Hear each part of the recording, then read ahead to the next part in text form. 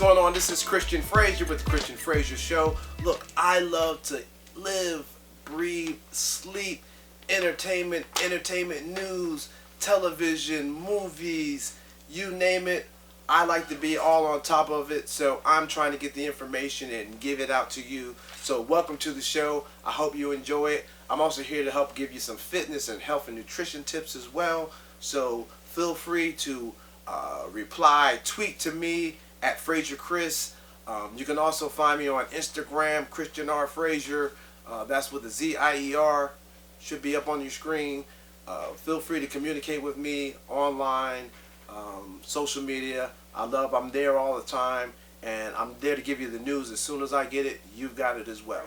First, introducing myself to people. A lot of people, I get this all the time. People always say, like, man, you look like Common.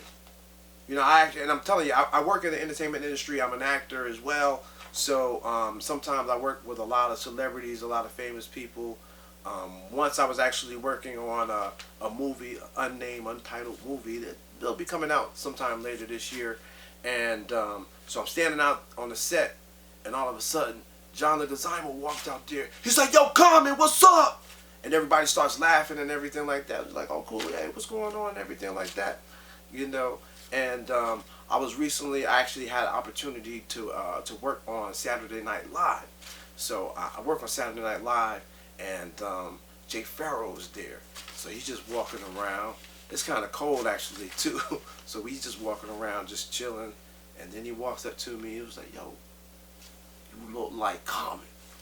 I was like, "Yeah, I get that a lot." He's like, "Oh, you sound like him too. It's just like messing me up right now." It's like, all right. And then the director walked over. He was like, "Yeah, you do look like Common." He's like, you know, there's a lot of people I work with in the entertainment industry that have worked with him on various different productions. So I've had people like on some productions walk up to me, "Hey, what's going on? Like, you the dude for the movie?" I'm like, "Nah, no, that's not me." I was at the White House one time, and I'm sitting up to taking pictures, and this lady, she's like, "Oh, that's him." So I looked over and like, "No, it's not him." She's like, "Stop lying. I know that's you. I know that's you. My husband knows you." And blah, blah, blah. She was like, "Let me take a picture." And I'm like, okay. She took a picture. And then the lady, she smelled me. She said, "Oh my gosh, it smells so good." I was like, all right. And, you know, I let them take pictures so I could just keep it moving and everything. But it was, you know, it was a funny experience. And then going back, I actually worked on Saturday Night Live again. So by this time, I walk up there. You know, I'm there, and Jay Farrow gets there a little bit later than me. When he sees, he was like, "Yo, Common, what's up?" So here's a little clip. Turn around, let him see your face real quick. Look at that. That motherfucker, he's the Common. That's him. Yeah, so yeah, you know, I get that a lot. So it's cool. You know, people sometimes they ask me, like the other day, somebody was like, you know, does it bother you when somebody, you know, says that you look like Common? I was like, no, it really don't bother me. It would bother me if you said that I look like Flavor Flav, Biz Markie or something like that. You know, that would bother me. But, you know, it is what it is. So I'm like, it's all good. And plus, Common, you know, people consider him to be a sex symbol. So I'm like, oh. So I asked my manager the other day, I said, "What? Since Common is a sex symbol, does that mean I'm a sex symbol too?" He was like, "I think you are." I was like, okay, I can roll with that. But also, people confuse me for a couple of other celebrities, or they say I look like, you know, when I was a little heavier, people used to say that I look like Rockman Dunbar. And then also when I rock the full beard, now if I rock the full beard, people say that I look like Stephen Bishop.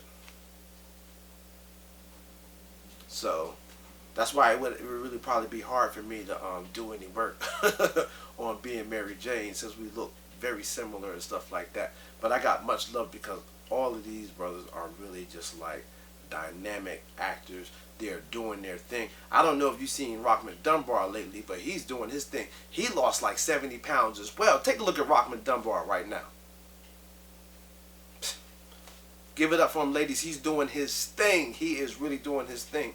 You know, we all realize, hey, that's what Hollywood wants you to have, that, you know, athletic look. So, you know, we're all doing our thing, you know, trying to get ready for the big screen. And you'll see some of us with some new stuff. I hear a lot of new shows that are coming out. We're going to talk to you about that in the next episode, because there is really something. I'm excited about some of these people that are coming back to television. It is going to be an amazing year next year. You better make sure that you go through all of your stuff because your DVR is going to be overloaded.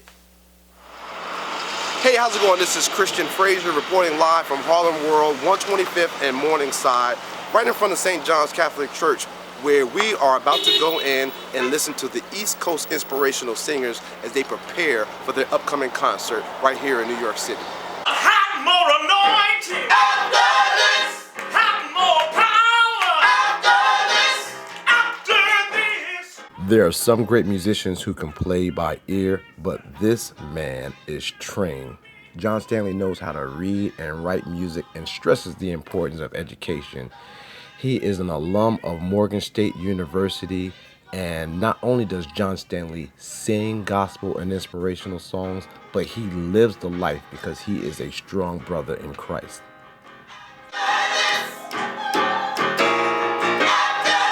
There will be glory. There will It'll be ours, oh, one day. When the war is won, we'll be sure, glory.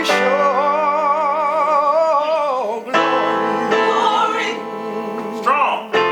Glory. Oh, Glory. Hands to the heavens, no man, no weapon formed against, yes, glory is destined. Every day women and men become legends. Sins that go against our skins become blessings. To get an opportunity to work with the East Coast Inspirational Singers was truly an amazing experience and a blessing, because you have 38 voices who have come together to form this amazing sound. And we're not just talking about anybody. I mean, these are actually solo artists, in themselves, that have come together to form this choir. They perform in movies like Black Nativity. They've been on Broadway, Ain't Misbehavin', Dreamgirls, Smoking Joe's Cafe. They've actually performed on television like The Today Show, Good Morning America, David Letterman, The View, PBS Soundstage. I mean, the list goes on, and they've traveled all around the world, recently to places such as Norway. I mean, these guys are truly an amazing group of people, and you really want to get an opportunity to hear them in performance.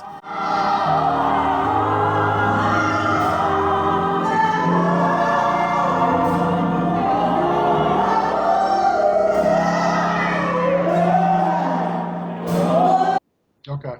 So I had an amazing time with the East Coast Inspirational Singers at the concert.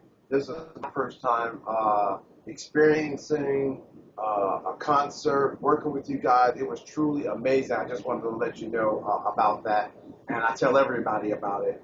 And I think that you guys are so amazing that really everyone needs to hear about the story of the East Coast Inspirational Singers. So tell us a little bit about the story of the East Coast Inspirational Singers. Wow. We're a group of a few groups. Back in 2006, we decided we'd like to do background vocals for different artists. Can you hear all of that? Yeah, but that's all right. We'll start all over again. Can you hear me? I can hear you, but don't move closer to the mic. Stay right where you're at. Again, I already talked about the amazing experience. So tell us a little bit about the East Coast Inspirational Singers, the story, like how you got started. Okay. We were formed in actually December 2006. We had just come off of a European tour, a group of us. We weren't called the East Coast Inspirational Singers at the time. We later did develop that name. We wanted a generic name that did not limit us to just gospel, because we do it all. We do weddings, we do jazz, we do blues, we do plays, we do different things. And so do movies too. Well, yes. A lot of the guys are in Black Nativity, along with myself. Right. So we decided that we would start doing session singing, which is going performing background vocals, studio sessions for different artists. We started working with Celine Dion. We worked with John Mayer, Alicia Keys, Jennifer Hudson. Uh, Someone referred us to David Foster, who is the music mogul who behind the Bodyguard, and we worked with him, and he put us in touch with Josh Groban. Josh Groban was one of his earlier proteges. And we auditioned for Josh. And as opposed to, we knew he was looking for singers for his tour back around that year. And so instead of individual people, I said, why don't we just all go as a group and audition? So we knew what we were doing. So it's about 16 of us, and we just blew it out the water. And Josh said, "Wow." And that wow was the beginning of a 8-year relationship. It started in 2007 and at Nassau Coliseum, and we've been with Josh close to 33 times now at this point. Television, live recordings, PBS specials, live from Lincoln Center, the David Letterman show, and you name it, we've done it. Thank you for coming on to the Christian Frazier Show, Mr. John Stanley. Welcome. Thank you. Thank you, sir. Glad to be here. So, I just wanted to say I had an amazing experience with you and the East Coast Inspirational Singers at the concert last month. It was truly awesome, and I think people were blessed, and they had a just awesome worship experience. Yeah, it was really, as the young people would say, it was off the chain. It was all that. It was really a blessed event, and we were so happy to have you at the concert to lend your talent. And for those of you who don't know, this man raps like no not one. His game is on. But I'm gonna leave that to professionals like Common. But I really did enjoy it. It was fun. And what was interesting is that some women in the audience actually thought that I was Common when I was at the end of the concert, and were running up to take pictures and everything like that. It was kind of funny. Well, let me tell you really quick. They said to me, one of my choir members said to me, she didn't even ask me. She said, that was and it was great, wasn't it? That he pulled that out of his hat at the last minute and had Common to actually come and do the concert. And I mean, she was as serious as a heart attack. I never told her any different. It's funny. It's funny. But let's talk about you for a moment, John. What I would like to know is, have you always been a lover of music, or did you start at a really early age? Oh, yes, sir. Started around 10 years old when I started playing and taking piano lessons, but always did love music. I just started, I think, at a older age than I would have liked to. I understand that. But now, you started at 10. What was the first song you learned how to play and sing?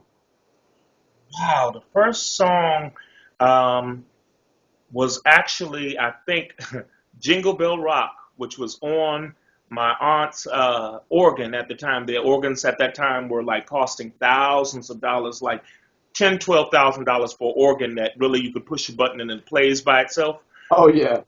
So my aunt, being privileged, got her husband to buy her an organ that she really couldn't play. She just let it play for her, and I went over to the organ and proceeded to go through the book, and it has the letters on the keyboard.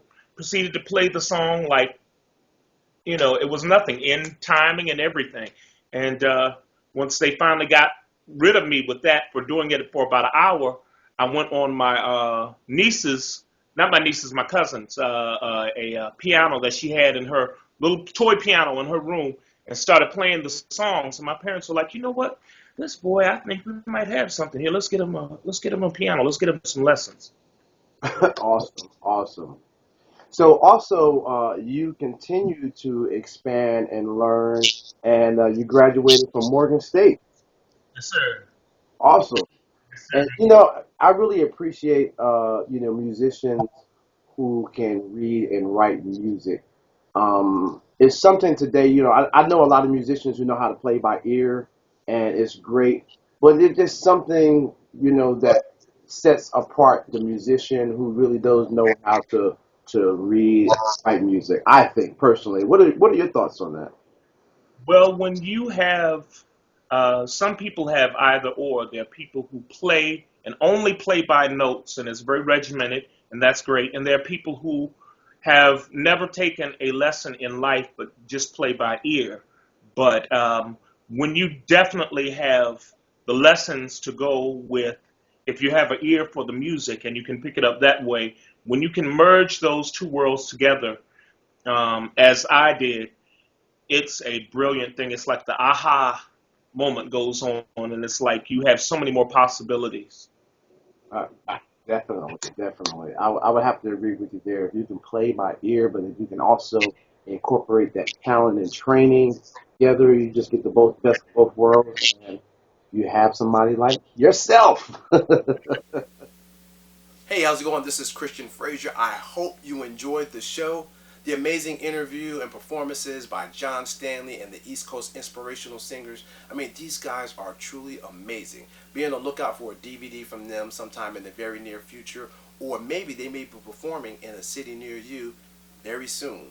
Also, be sure to tune in next week because we are going to be talking to a local New York City talent manager about the entertainment business. So if you're thinking about getting into the entertainment business, or maybe you're in the business and you're really not doing what you think you should be doing, be sure to tune in next week, 11 p.m., christianfrazier.com. I'm also going to be giving a review of the new television shows for the next season, so you don't want to miss it. Be sure to tune in every Tuesday, 11 o'clock, right here, The Christian Frazier Show.